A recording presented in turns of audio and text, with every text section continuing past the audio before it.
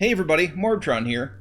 Now what if I told you that there is an exotic armor piece in this game, in Destiny 2, that almost nobody uses, that modifies the single best buff that any Guardian subclass can give itself, and with the help of this exotic, their entire fire team at the same time? What if I told you that this exotic modifies this best buff ever, and it doubles its duration? And that this buff more than doubles your ability regeneration rate and increases your weapon damage by 20%. And not only that, but for the Titan, it passively increases the duration that their super lasts. Is this ringing any bells? Do you know what exotic I'm talking about? Are you trying to figure it out right now? Let me give you a hint. It's for Sunbreaker. It's for a Titan. I'm wearing them right now. They look not that great. They're the Phoenix Cradles. Now, I don't see anybody using these, and honestly, since they came out, there's been a very, very small amount of time that I have not had these beautiful, rather ugly legs on my Titan. Beacons of Empowerment. This is my only masterworked exotic armor piece, because exotic armor it's hard to masterwork. Well, not hard. It's expensive. Beacons of Empowerment. Sun Warrior lasts twice as long. And not only that, but allies who pass through your sunspots are granted Sun Warrior. And you're wondering, what the hell is Sun Warrior? Why is this exotic so powerful? This Beacons of Empowerment looks like garbage. Why do I want to wear this? Well, if you're a Titan main, and you're derping around in PvE using Code of the Protector, or you're in Crucible, derping around as a Striker Titan, listen up. Bottom Tree Sunbreaker is better than any of those, because it has Sun Warrior, and Sun Warrior is the best buff in the game. When you kill something with an ability, or throw a flaming hammer, it creates a sunspot. When you pass through that sunspot, it causes your melee and grenade abilities to recharge faster. It makes your super last longer. So when you have the Sun Warrior buff, your super just drains slower over time, and it increases all the damage that you do.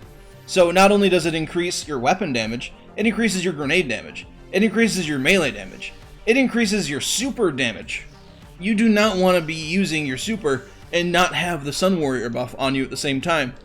It is a travesty to not have Sun Warrior on your person, on your Guardian, as much as possible.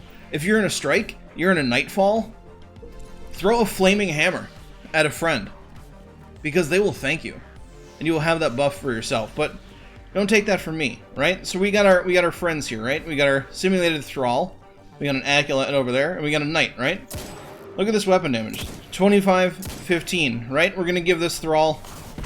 We're giving him a big die, right? We got Sun Warrior. 30-18. That's 20%. You know another good thing about this? It stacks with things like Swashbuckler. 40-23. Not very often do you see buffs stacking like that. It's fantastic. Sun Warrior is the best buff in the game, and you can give it to your friends. And you can spread it around too, like that. You get a free sunspot for yourself. None of that, but enemies pass through this thing, they die. They run through a sunspot, they die. You stand in a sunspot, it lasts a long time. Sun Warrior, it lasts for 10 seconds. You run off of it, it starts ticking down. You run back through your sunspot, oops, ran out of sunspot. There we go, just put another one down. There we go. We have another sunspot.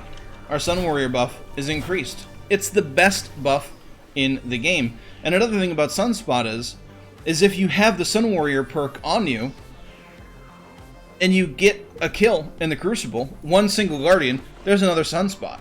You can literally chain Sun Warrior and sunspots around the entire map and completely dominate. It's fantastic. You can do it in PvE as well. Not as easy. Not killing just one single red bar will do it, but a major will do it, or just a bunch of little red bars will do it too. Best thing about standing in a sunspot when there's a bunch of thrall at you, they'll run into your fire and die. But let's take a look at some Crucible clips. So this first clip unfortunately starts a quarter of the way through my super already, but you'll see here I'm able to keep Sun Warrior because it's 10 seconds long, and I'm able to cover a good like quarter of this map and I'm able to just chase people down. Imagine if there's another guardian around this corner. I would have had a hammer for him, but there wasn't. And my favorite thing about Bottom Tree Sunbreaker, just a little bonus clip here, people stand in the fire all the time and die. And this next clip here, it's a good 5-piece. And I'm able to cover basically this entire B flag area on this map.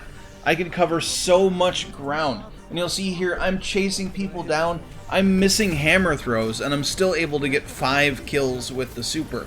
It is ridiculously good how good the super is with Phoenix Cradle. These next two, including the one you're seeing now, I'm not using Phoenix Cradle. This is kind of a comparison. You'll see here the Sun Warrior buff is gone because it only lasts 5 seconds. Super drains so quickly. I might have been able to secure another kill or two if I would have been using Phoenix Cradle with the super. And this next one you're going to see right now, I'm also using Heart of Inmost Light, which is another exotic I'll cover tomorrow, but today's all about Phoenix Cradle. But you'll see here I actually have to sacrifice a hammer throw in order to keep the Sun Warrior buff going. Right there. I threw a hammer, was able to get the Sun Warrior buff so it wouldn't drop off. It would not have dropped off if I was using Phoenix Cradle. And I might have had an extra hammer here for this guy at the end. So there, you saw what you can do with Sun Warrior and the Phoenix Cradle in Crucible. You've been told what you can do in PvE.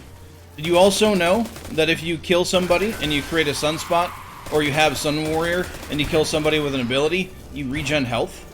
It's one of the hardest supers to take down in the Crucible that isn't something that just has insane mobility. You're a lumbering titan throwing flaming hammers at people, and you just can't get taken down. Good luck. They better have heavy ammo. They better have a suppressor grenade, or a tractor cannon, or a Nova Bomb, or a Blade Barrage, or a Golden Gun, or... I mean, I guess it's not the hardest thing to take down in the world, but you get my point.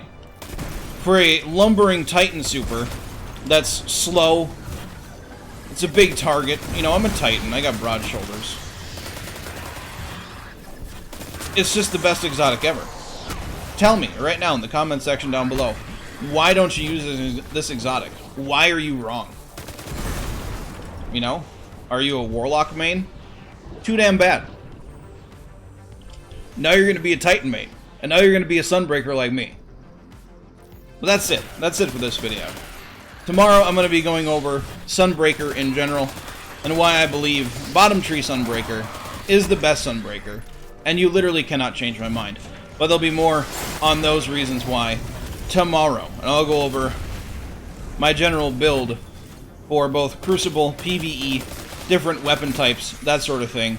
So if you want to learn how to Sunbreaker Titan, stick around, hit the subscribe button, and all that stuff. But that's it. If you like this video, if you thought it was a neat change of pace for me, want to see more videos like this, hey, why the hell aren't you doing this kind of video?